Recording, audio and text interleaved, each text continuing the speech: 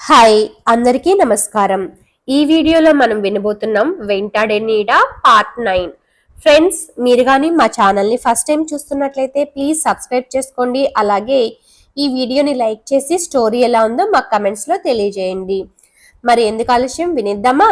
భోజనం పూర్తి చేసి పెరట్లోకి వెళ్ళి చేయి కడుక్కొని వచ్చాడు శంకర శాస్త్రి. పెరటి గుమ్మం వద్ద నిలబడి అతను లోపలికి రాగానే చేయి తుడుచుకోవడానికి టవల్ అందించింది అతని భార్య పార్వతమ్మ. చేయి తుడుచుకొని ఆ టవల్ తిరిగి ఆమెకు అందించాడు శంకర శాస్త్రి. తరువాత హాల్లోకి వచ్చి ఈజీ చైర్లో కూర్చున్నాడు. కాసేపటికి పార్వతమ్మ వచ్చి అతని కుర్చీ పక్కనే చేతులు నులుపుకుంటూ నిల్చుంది. ఏదైనా చెప్పాలనుకున్నప్పుడే ఆమె అలా వచ్చి నిల్చుంటుందని అతనికి తెలుసు. ఏమిటోయ్, కొత్త పెళ్లి కూతురిలా అలా సిగ్గుపడుతున్నావు అని అడిగాడు ఆమెను. ఏమీ లేదండి అంది పార్వతమ్మ. 30 ఏళ్ళు నీతో కాపురం చేసిన వాడిని, నీ గురించి ఆ మాత్రం తెలియదా? నేను కోప్పడే విషయం ఏదైనా చెప్పాలనుకున్నప్పుడు ఇలా చేస్తావు. చల్లకొచ్చి ముంత దాచడం ఎందుకు? మనసులో ఉన్నది ధైర్యంగా చెప్పు అన్నాడు శంకర శాస్త్రి. మరేం లేదండి, నిన్న మా అన్నయ్య వాళ్ళ అబ్బాయి సుమంత్ని తీసుకొని మన ఇంటికి వచ్చాడు కదా. ఆ అబ్బాయి చాలా చక్కగా ఉన్నాడు. మన అమ్మాయి దీక్షను చేసుకోవడానికి వాళ్ళు సుముఖంగా ఉన్నారు. ముందుగా మీ అభిప్రాయం తెలుసుకోవాలనుకుంటున్నాను, నీళ్లు నములుతూ చెప్పింది పార్వతమ్మ. వాళ్ళు వచ్చింది పెళ్లి చూపులకు కాదు గదా. అబ్బాయి జాతకం నా చేత చూపించుకోవడానికి వచ్చామని మీ అన్నయ్య చలపతిరావు నాతో చెప్పాడు అన్నాడు శంకర శాస్త్రి. అబ్బాయికి పెళ్లి సంబంధాలు చూస్తున్నామని మనకు తెలియజెప్పడానికి జాతకాల నెపంతో మన ఇంటికి వచ్చారు అంది పార్వతమ్మ.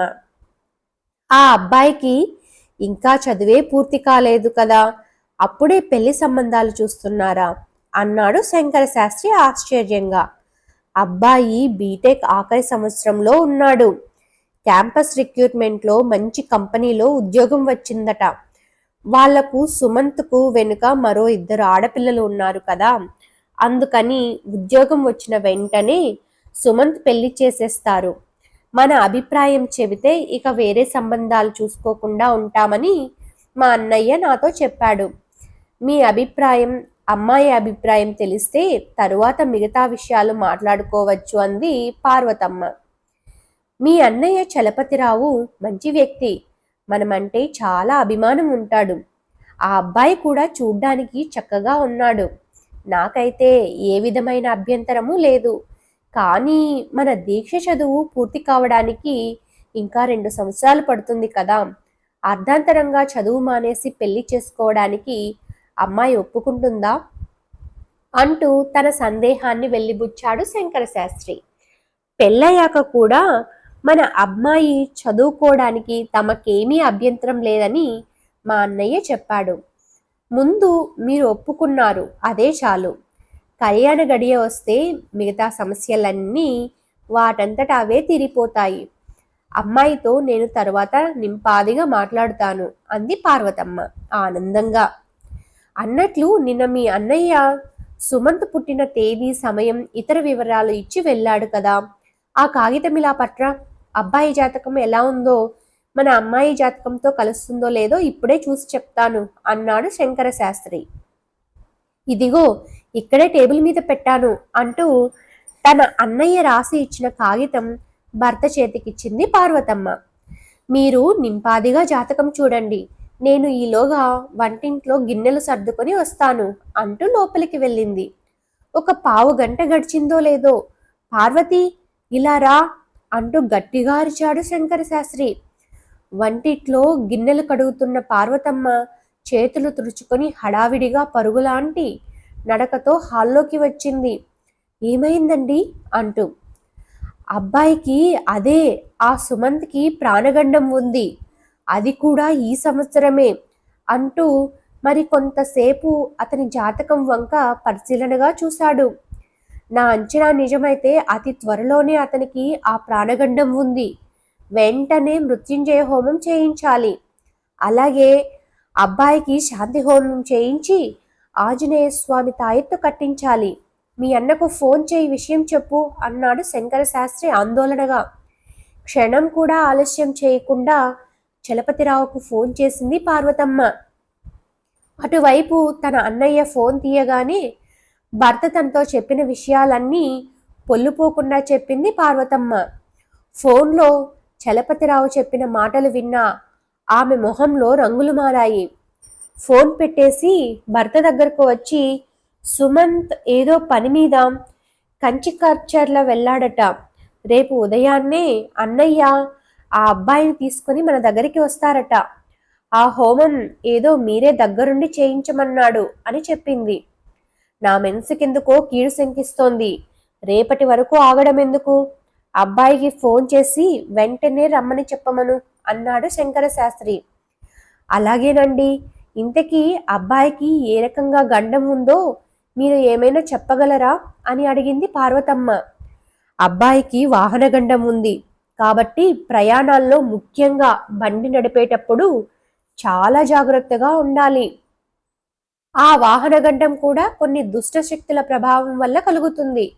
అందుకే శాంతి హోమం చేసి ఆంజనేయ స్వామి తాయెత్తు కడితే కాస్త ఫలితం ఉంటుందన్నాడు శంకర శాస్త్రి. అతనితో ఏదో చెప్పబోయి ఆగింది పార్వతమ్మ. చేతులు నులుముకుంటూ అతని పక్కనే నిల్చుంది. ఏదైనా విషయం దాచి ఉంటే చెప్పు అని గట్టిగా అడిగాడు శంకర శాస్త్రి. విషయం చెబుతాను, కానీ మీరు తప్పుగా అర్థం చేసుకోకండి. ఆ అబ్బాయికి క్యాంపస్ రిక్రూట్మెంట్లో ఉద్యోగం వచ్చింది అని చెప్పాను కదా.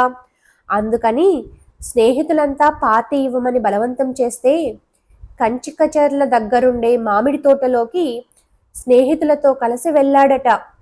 ఫోన్ చేస్తే తీయడం లేదట అని చెప్పింది పార్వతమ్మ ఆందోళన పడుతూ. కుర్చీలోంచి ఆవేశంగా పైకి లేచాడు శంకర శాస్త్రి. నేను అనుకున్నదంతా జరుగుతోంది. నా ఊహ నిజమైతే దుష్టశక్తుల ప్రభావం ఇప్పటికే మొదలైంది. ఆ మామిడి తోటలో దయ్యాలు తిరుగుతున్నాయని అందరూ చెబుతూ ఉంటారు కదా. అబ్బాయి ఖచ్చితంగా ఆపదలో ఉన్నాడు. వాళ్ళు వచ్చే వరకు ఆగకూడదు. నేనే హోమం చేసి తాయెత్తు రెడీ చేసి ఉంచుతాను. రాగానే అబ్బాయికి కట్టించు అని హోమం జరిపించడానికి ఏర్పాట్లు ప్రారంభించాడు శంకర శాస్త్రి. భర్త మాటలు విన్న పార్వతమ్మకు ఆందోళన మరింత పెరిగింది. మరోసారి తన అన్నయ్యకు ఫోన్ చేసి భర్త చెప్పిన విషయాలు తెలియజేసింది. అటువైపు నుంచి చలపతిరావు మాట్లాడుతూ, సుమంత్కి ఫోన్ చేస్తే స్విచ్ ఆఫ్ అని వస్తోంది. మా దగ్గర సుమంత్ ఫ్రెండ్ విశాల్ అనే అబ్బాయి ఫోన్ నంబరు కూడా ఉంది. ఆ నంబరుకు చేసిన స్విచ్ ఆఫ్ అని వస్తోంది. మాకు చాలా ఆందోళనగా ఉంది. నేను తెలిసిన వాళ్ళు కొందరిని తీసుకొని ఆ తోట దగ్గరికి బయలుదేరుతున్నాను. నాకేదైనా వివరాలు తెలిస్తే వెంటనే మీకు చెబుతాను. బావగారు మా కోసం హోమం జరిపిస్తామని చెప్పారు కాబట్టి మాకు కాస్తైనా ధైర్యంగా ఉంది అని చెప్పాడు. తలంతా దిమ్ముగా సుత్తులతో కొడుతున్నట్టుగా ఉంది సుమంత్కి. కళ్ళు తెరవాలని ప్రయత్నించాడు, కానీ తలంతా బ్యాండేజ్ చుట్టి ఉన్నారని తెలుసుకున్నాడు. కాళ్ళు చేతులు కదిలించడానికి ప్రయత్నించాడు, కానీ వీలు కాలేదు. తన ప్రాణం ఇంకా పోలేదు. ఎవరో హాస్పిటల్లో చేర్చారని గ్రహించాడు. అసలు ఏం జరిగిందో, తను ఇక్కడికి ఎలా వచ్చాడో అతని ఊహకు అందడం లేదు. ఏదో ఒక వికృతమైన ఆకారం తాలూకు నీడ తనని వెంబడి తరుముతున్నట్టు అనిపిస్తోంది అతనికి. తను ఎంత వేగంగా పరిగెత్తితే ఆ ఆకారం అంతే వేగంగా వస్తోంది. తను ఒక భయంకరమైన లోయలో పడిపోతున్నట్లు అనిపించింది. ఆ సమయంలోనే తన మామయ్య శంకర శాస్త్రి తనకు చెయ్యి అందించినట్లుగా అనిపించింది. ఆలోచనల తాలూకు ఉద్రేకం వల్ల అతని ముఖంలో స్వల్పంగా కదలికలు కనిపించింది. నర్స్, పేషెంట్ కదులుతున్నట్టు ఉన్నాడు, వెంటనే డాక్టర్ని పిలవండి అంటూ ఒక మొగ గొంతు వినిపించింది. వెంటనే ఎవరో బహుశా నర్సు కావచ్చు బయటకు పరిగెత్తుకుని వెళ్ళి శబ్దం వినిపి తెలుస్తోంది. తనకు వినిపించిన మగ గొంతు ఎవరిదో తెలుసుకోవాలనిపించింది సుమంత్కి. తనను కాపాడి హాస్పిటల్లో చేర్చింది ఇతనే అయి ఉంటాడేమో అని అడగాలని ప్రయత్నించాడు. కానీ సాధ్యం కాలేదు. ఇంతలో ఆ వ్యక్తి సుమంత్ తలపైన చేయి వేశాడు. టెన్షన్ పడకండి, రిలాక్స్డ్గా ఉండండి. నేనెవరో తెలుసుకోవాలనుకుంటున్నారు కదా, నేను వెంటాడే నీడను అని నవ్వుతూ అన్నాడు ఆ వ్యక్తి. ఇక్కడ మామిడి తోట దగ్గర కళ్ళు తిరిగి కింద పడబోయిన సావిత్రిని డ్రైవర్ వెంకటేష్ పడకుండా పట్టుకున్నాడు. షణ్ముగం కింద పడి ఉన్న శ్యామలరావును కదిలించి చూశాడు. అతను కదల్లేదు. అమ్మగారు, నన్ను నమ్మండి, నేను మనిషినే. ఆ గోవర్ధన్ గాడే దెయ్యం. అయ్యగారు రోడ్డు మీద పడి ఉన్నారు. మా గుడిసెలోకి తీసుకుని వెళదాం. కాస్త కుదుట పడ్డాక మీరు బయలుదేరవచ్చు. మీరు కూడా డాక్టర్ అమ్మ కదా, మీకు తెలియదేముంది అని సావిత్రితో అన్నాడు షణ్ముగం. సావిత్రికి కూడా అదే సబబు అనిపించింది. ముందు తన భర్తకు ఫస్ట్ ఎయిడ్ చేయాలి అనుకుంది. వెంకటేష్తో నువ్వు షణ్ముగం కలిసి సార్ను తోటలోనికి తీసుకురండి అని చెప్పి తను తోటలోకి నడిచింది. శ్యామలరావును గుడిసెలోకి తీసుకువెళ్ళి మంచం మీద పడుకోబెట్టారు. బయట నుంచి ఈదురు గాలులు వీస్తుండడంతో గుడిసె తలుపు బిగించాడు షణ్ముగం. గుడిసె తలుపు ఎవరో బలంగా నెడుతున్నట్లుగా కదిలిపోతోంది. ఇంతలో బయట నుంచి హార్ట్ అటాక్ వస్తే గుడిసెలో ఎందుకు ఉంచారు మేడం? గాలి బాగా ఉండే చోటే కదా ఉంచాలి అన్న మాటలు వినిపించాయి. ఆ గోవర్ధన్ గాడి దయ్యం వచ్చినట్లుంది అంటూ కోపంగా బయటకు వెళ్ళబోయాడు షణ్ముగం. చీకటి పడింది. రాత్రుళ్ళు దెయ్యాలకు బలం ఎక్కువ అంటారు. ఇంట్లో ఆంజనేయ స్వామి బొమ్మ ఉంది. ఆ దయ్యం లోపలికి రాలేదు. నువ్వు బయటికి వెళ్ళొద్దు అంది చంద్రిక. ఇంతలో ఒక్కసారిగా ఉరుములు మెరుపులతో హోరు వాన మొదలైంది. మరి కొద్దిసేపటికే కరెంటు కూడా పోయింది.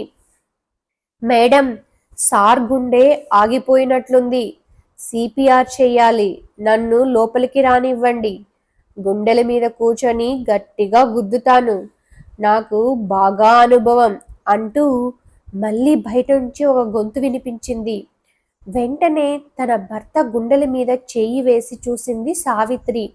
అంతే, ఆమె కళ్ళ వెంట నీళ్లు జలజలా రాలాయి. Thanks for watching friends. Next part వెంటనే నేను నా ఛానల్లో అప్లోడ్ చేస్తాను.